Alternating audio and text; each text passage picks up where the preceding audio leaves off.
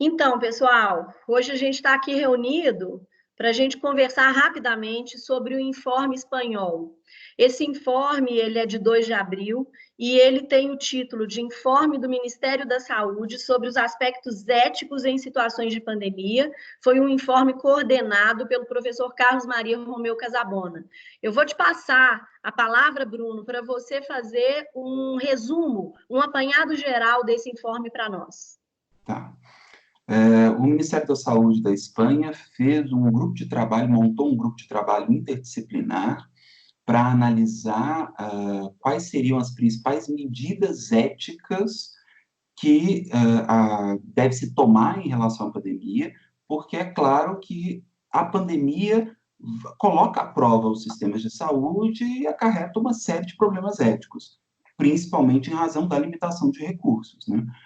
Então, o grupo de trabalho apresentou esse documento, que é um documento relativamente longo, ele tem 11 páginas de texto, e no documento nós temos conclusões e recomendações no intuito de ajudar a tomada de decisão, principalmente aqui as medidas terapêuticas que são aplicadas aos pacientes.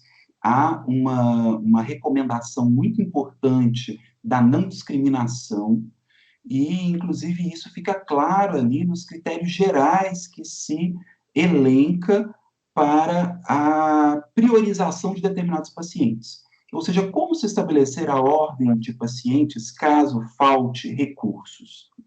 E aí, o critério principal é exatamente o critério da não discriminação. E aí, depois, vem os outros critérios, que seriam critérios realmente clínicos, e aí, no final, quando não há mais nenhum critério clínico, há até mesmo a possibilidade de se utilizar a ordem de entrada no hospital como um dos critérios. Agora, é importante frisar que realmente esse último critério só pode ser utilizado na ausência dos critérios clínicos, ou melhor, depois dos critérios clínicos, depois que você já esgotou todos os critérios clínicos. Então, a gente percebe que o informe ele tem como característica principal exatamente a necessidade de transparência na colocação desses critérios. Uhum. E aí, depois, o documento passa a trabalhar algumas orientações em caso de emergência, falando dos exames diagnósticos, da priorização de admissão, nos critérios de admissão, a decisão sobre cuidados intensivos ou paliativos, e até mesmo no recrutamento de profissionais. Mas o que eu acho mais interessante realmente é aquele ponto das recomendações do grupo de trabalho.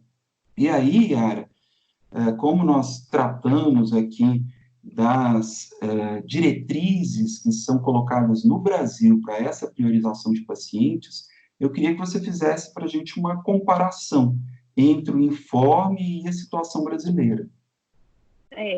Bruno, no nosso último áudio, nós falamos, né, da resolução 2156 de 2016 do Conselho Federal de Medicina, né, que fala ou traça ali prioridades para a admissão de pacientes em UTI, né? E é interessante porque essa norma foi feita num momento ordinário, né, e que ela está sendo invocada num momento de extraordinário trabalho ou necessidade de admissão de pacientes em UTI.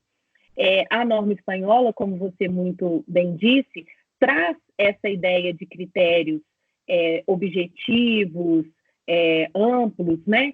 E é paralelamente, né, comparável aos critérios que a própria Resolução 2156 traz.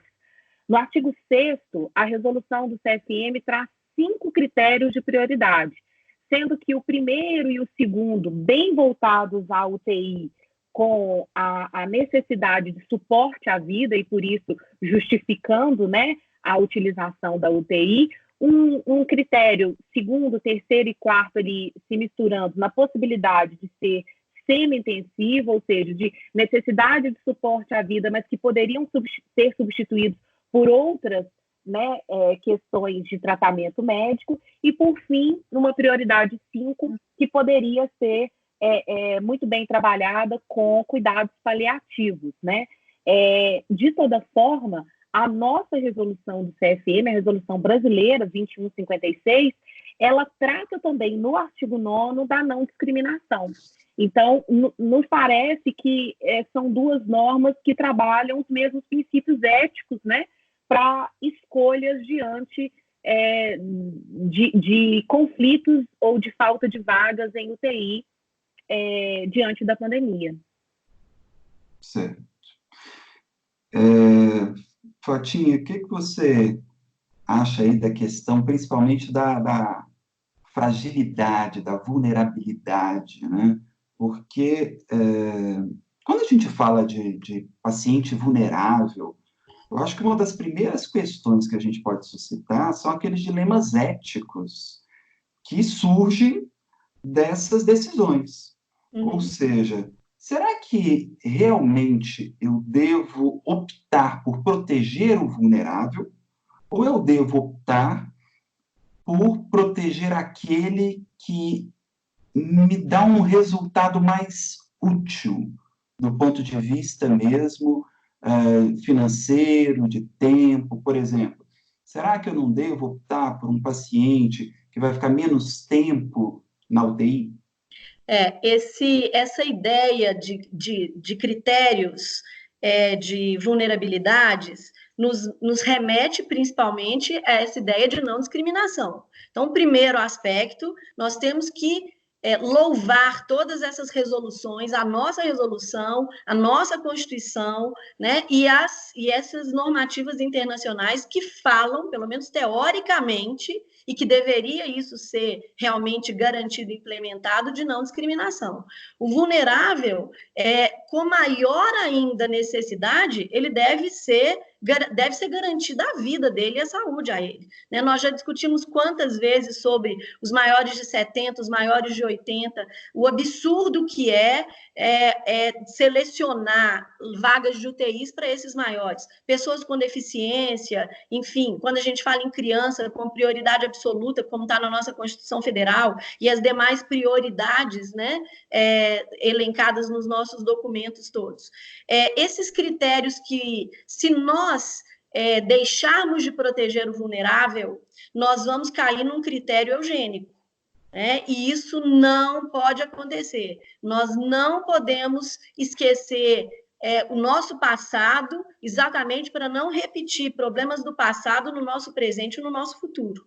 Então, esse aspecto eu entendo perfeitamente que deve ser garantido. Os critérios são clínicos, como vocês dois mesmos já disseram.